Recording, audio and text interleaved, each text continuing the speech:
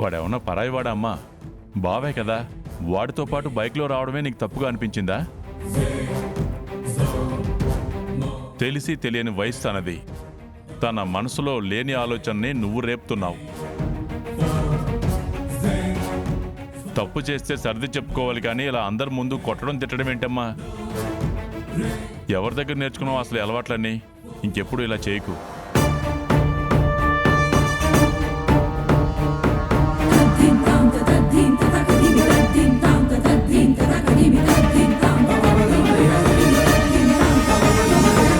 లోపలికి రా.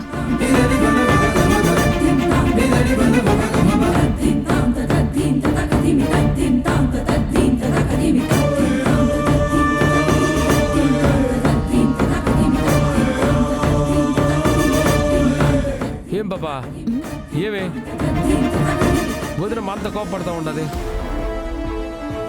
సరే, ప్రేమించుకుంటే ప్రేమించుకుంటారు, తప్పే ఉండదు. నిజంగా వరుణ్ వర్ష ప్రేమించుకుంటున్నారా?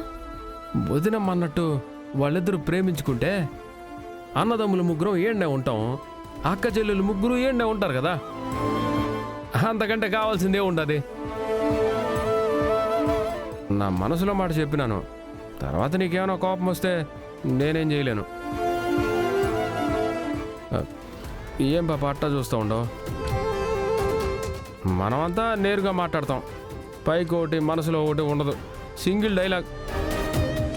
ఏమంటావు?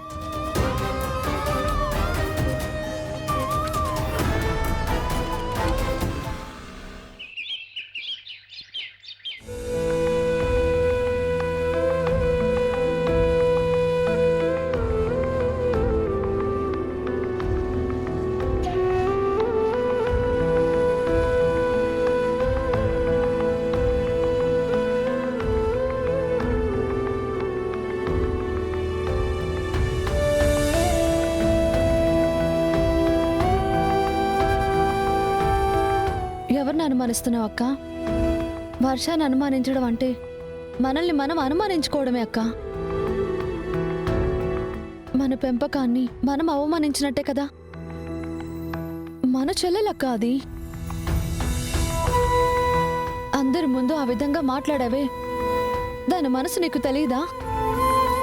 అది తప్పు చేస్తుందని నువ్వెలా అనుకున్నావక్క?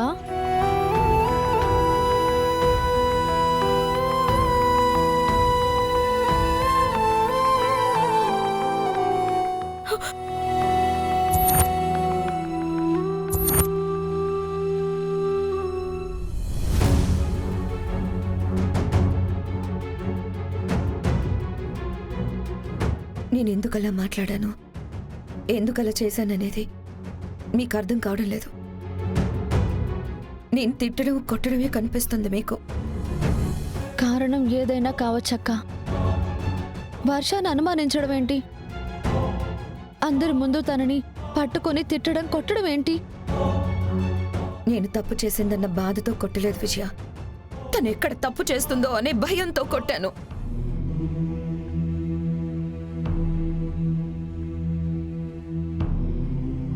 పెళ్లి చేసుకోవాల్సిన వ్యక్తి చనిపోయిన తర్వాత కూడా ఆస్తి అంతస్తు చూసి ఆయన్ని పెళ్లి చేసుకున్నానని అందరూ అనుకుంటున్నారు.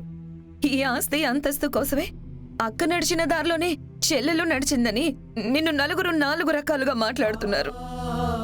అలాగే రేపు ఇది కూడా ఆ మాటలు ఎక్కడ పడాల్సి వస్తుందో, ఎక్కడ నలుగురిలో తలదించుకోవాల్సి వస్తుందో అనే భయంతోనే దాన్ని కొట్టాను.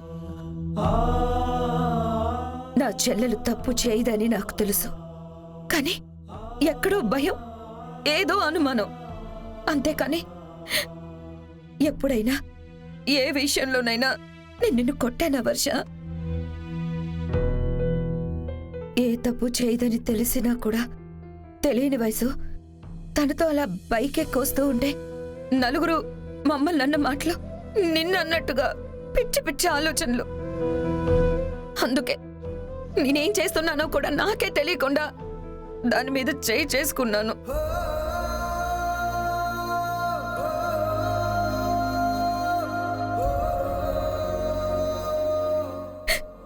నా చెల్లెలువే నువ్వు, నాకు తెలీదా నీ గురించి?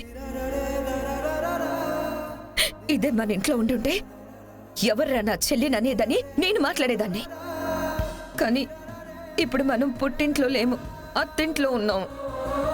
ఇక్కడ నాకు జరగాల్సిన అవమానాలు నాకు జరిగాయి, దానికి జరగాల్సిన అవమానాలు దానికి జరిగాయి. రేపు ఆ అవమానాలు నీకు రాకూడదు. నిన్ను ఎవ్వరూ ఒక్క మాట కూడా అనకూడదు. అందుకే ఏం చేస్తున్నానో తెలియని ఆవేశంలో నిన్ను తిట్టేశాను, కొట్టేశాను. నీ భయానికి అర్థం ఉందక్క. కానీ నువ్వు భయపడేంత తప్పు షా ఎప్పటికీ చెయ్యదు. చెయ్యదు అనే నమ్మకం కంటే చేస్తుందేమో అనే భయమే ఎక్కువగా ఉంది నాకు. నువ్వు ఇంటి కోడలు అవుతావని నువ్వు అనుకున్నావా? కోడలు కావడానికి నువ్వేమైనా ప్రయత్నించావా? లేదుగా. నీ ఇష్టం లేకుండా, కనీసం నీతో ఒక్క మాటైనా చెప్పకుండా నీ మెడలో తాళి కట్టేశాడు. కానీ దాని గురించి ఎవరూ మాట్లాడుకోరు. కావాలని పెళ్లి చేసుకున్నావంటారు, కావాలని తాళి కట్టించుకున్నావు, తల ఉంచుకున్నావు నన్ను అంటారు. అదేవి అంటే ఆస్తి కోసం అంటారు. ఆస్తి కాసపడేలా పెంచాడా అన్నయ్య మనల్ని? ఏ ఆస్తి లేకుండా బ్రతకలేదా మనం? అన్నయ్య కష్టంతో ఎన్నాళ్ళు బ్రతికాం కదే. ఏ రోజైనా ఎవరి దగ్గరైనా ఒక్క మాట అయినా పడనిచ్చాడా అన్నయ్య? కానీ ఇక్కడ పడ్డాం. మనం పడ్డ బాధలు, మనకి జరిగిన అవమానాలు దానికి జరగకూడదనే నా బాధ. అందుకే ఇలా చేశాను. అంతేకాని తను అనుమానించాలనో అవమానించాలనో కాదు. ఒకవేళ నేను చేసింది నీకు తప్పు అని అనిపిస్తే నన్ను క్షమించు వర్ష. అక్క,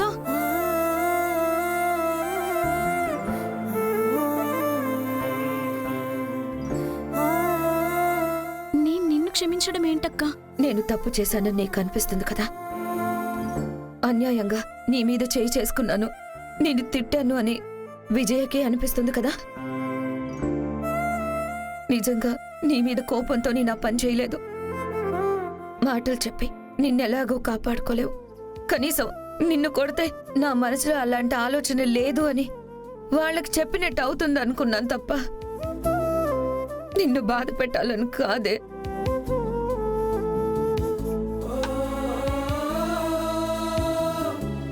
విజయ్ చెప్పినట్టు మా చేతులతో నిన్ను పెంచుకున్నామే, మాకు తెలీదా నువ్వేంటో?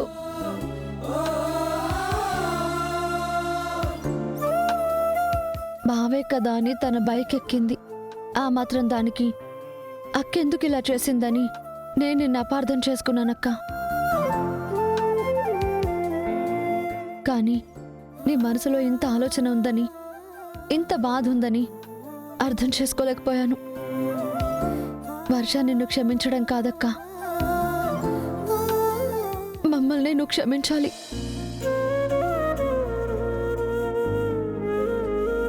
అన్నయ్య చనిపోయాడన్న బాధ నాలో ఉంది. ఆ చావుకి కారణమైన వాళ్ళింట్లోనే నేను కాపురం చేస్తున్నాననే ఆవేదన ఉంది. అలాని ఎవరి మీద ఉన్న కోపాన్ని నా చెల్లెల మీద చూపించుకుంటానా? గుడ్డిగా నమ్మేసి నా చెల్లెల్ని నేను అవమానిస్తానా? అనుమానిస్తానా?